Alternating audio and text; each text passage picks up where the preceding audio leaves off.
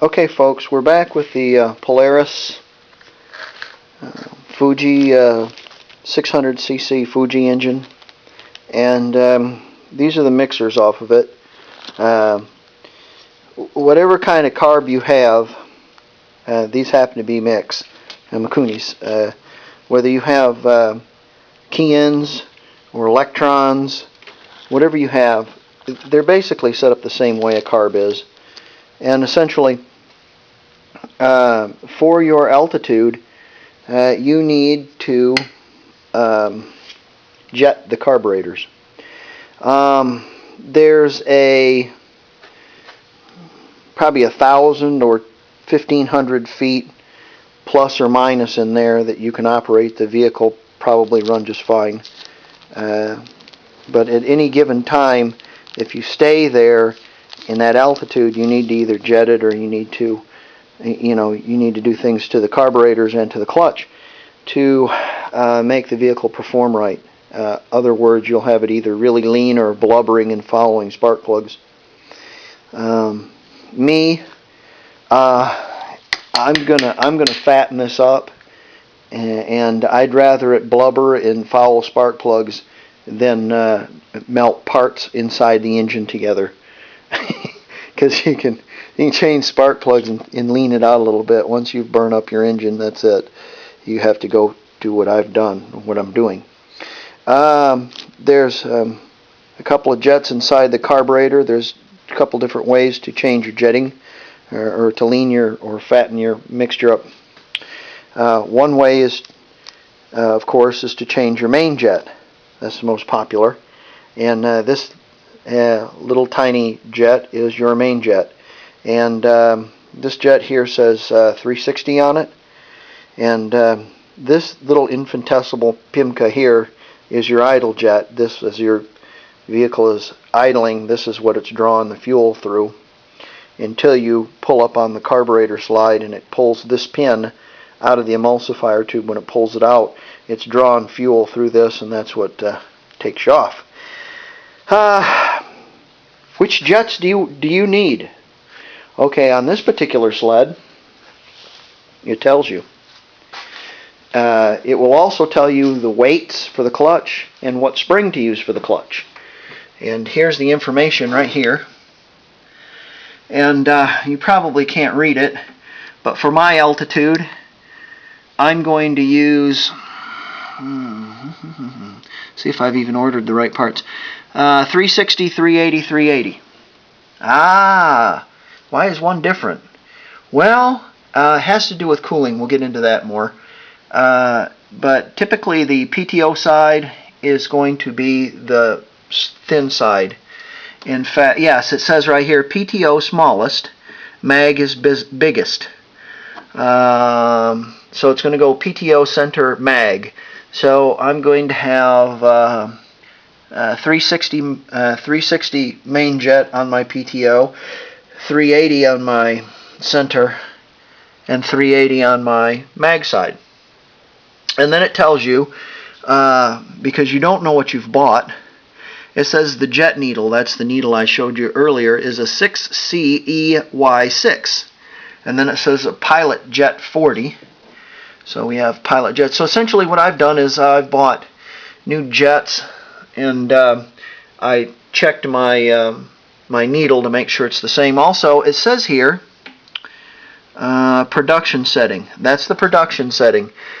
That's at 1,000 feet down to sea level, up to about 1,500, depending on the temperature. It also says shift weight, and it has a clutch spring color. So I have a shift weight of 1054 and an almond spring for my clutch. Yes, all that matters. Now, I want to remind you that those eggheads with the slide rulers in Japan sat down and figured all this stuff out for you. So, oh wow, it's amazing, he put that engine together. No, it's not amazing. The parts go on there. It's already been engineered. Amazing is engineering one of these things so it runs properly. You're developing an engine right from the scratch. Putting parts on an already engineered engine isn't amazing. It's just mechanics. So we're going to go back to my theory of the eggheads with the slide rulers decided that at such and such temperature and such evolution elevation, this carburetor here, which is my PTO carb, should have a 360 main jet. This should have a center 380, and this should be my mag, another 380. And then it says the clip position on this should be at 2, and I believe it's at 4, which is wrong. And what I did is I called the dealership and I asked them what's the correct clip position, and they said 2. So I didn't take that as a complete answer, so I called another one and they said 2. And then I went online also, and they seemed to think that it in the middle, which is 2. So I got 3 2s, and I'm going to go with that. The weight for the clutch, it said 1054. The weights I have, the weight I have is 1054.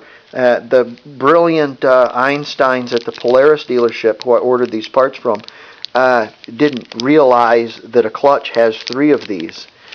And everybody knows that a clutch has 3 of these, except them, and they're just, the people you depend on to get your parts. So, how would they know? So I have that. There's 2 more of them coming. Then I have an almond spring for it now. This has an almond spring in it, this clutch, but I don't know if it's original or right. I know it's got the wrong weights in it, so somebody's put a different spring in it. Whether or not it's the correct spring or not. So I go back to this. Buy the right spring. Buy the original spring, and this engine will run as it's supposed to. So I'm going to replace the spring and the 3 weights that you can't see. I also got new pins. There's a little pin here with a bolt. What's a bolt with a nut on? It's hardened bolt. Anyways, I got those. It's funny, they sent me 3 pins, but they only sent me 1 weight. Anyways, we'll fidget with that later. So right now I want to work on these carbs, and I want to show you that how this comes apart, the slide. Each carburetor has a slide. Each slide has a needle. Each needle has a little cap that goes in there, and essentially it keeps the cable from coming out. If you examine it and fidget around with it, you'll see how it comes apart. They're very delicate, so you must be careful to wrap those. I have mine all wrapped in a towel sitting up on here so they don't get any kind of abrasion or bent or anything. All you got to do is compress your spring like this, put it in the slide, put the little cable down in there, and then twist that around there, and it holds the slide on there in such a way that you know what they look like. They unscrew. Anyways, we'll go with that later. So we're going to change clip position on all 3 of those slides to number 2, and then we're going to rejet these carburetors. So let me open up one of these carburetors, and I'll show you what you see. Of course, before I open them up, I have new gaskets, and in this particular case, I want original. These aren't Polaris parts; these are MIC parts, but Polaris sells them, of course.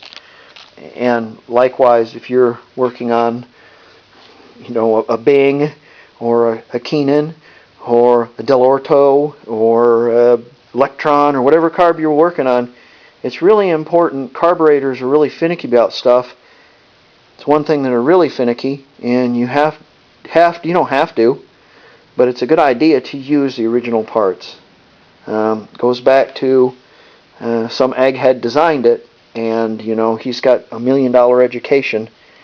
And yeah, so you want to go back to what was original. Original is always the best.